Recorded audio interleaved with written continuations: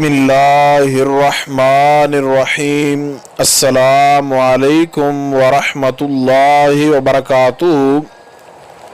बात करेंगे जुमेरात के वजीफ़ा के हवाला से कि जुमेरात के दिन ऐसा कौन सा वजीफ़ा है जिसके करने से अल्लाह रब्बुल जलाल इंसान की मुश्किलात को हल फरमा देता है, उसकी मुश्किलात को आसान फरमा देता है। आज का ये वजीफ़ा इंतहाई लाजवाब, बाकमाल और मुजर्रब तरीन वजीफ़ा है। इंशाअल्लाह अज़ीज़ जब आप इस वजीफ़ा को करेंगे तो अल्लाह रब्बुल जलाल आपको बेशुमार कामयाबियों से नवाजेगा और जिस कदर भी मुश्किलात हुई आप इस वजीफ़ा को करके दुआ कीजिएगा, अल्लाह रब्बुल जलाल आपकी मुश्किलात को हल फरमाएगा। और दुआ भी है आपके लिए कि खालिक़े कायनात आपको बेशबहा कामयाबियों और कामयानियों से नवाजे और आपकी मुश्किलात को हल फरमाए।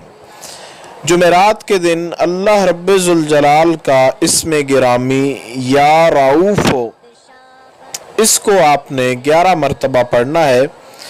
या रऊफ़ हो, या रऊफ़ हो, या रऊफ़ हो, 11 मरतबा इसको पढ़ना है। जब आप इसको पढ़ें तो कोशिश करें कि दिल में किसी किस्म का कोई ख्याल ना हो, फ़कत अल्लाह रब्बुल जलाल की तरफ तवज्जो हो और खालिक़े कायनात से इल्तिजा की सूरत हो और 11 मरतबा आँखें बंद करके अल्लाह रब्बुल जलाल का ये इसमें गिरामी या रऊफ़ हो इसका विर्द करें।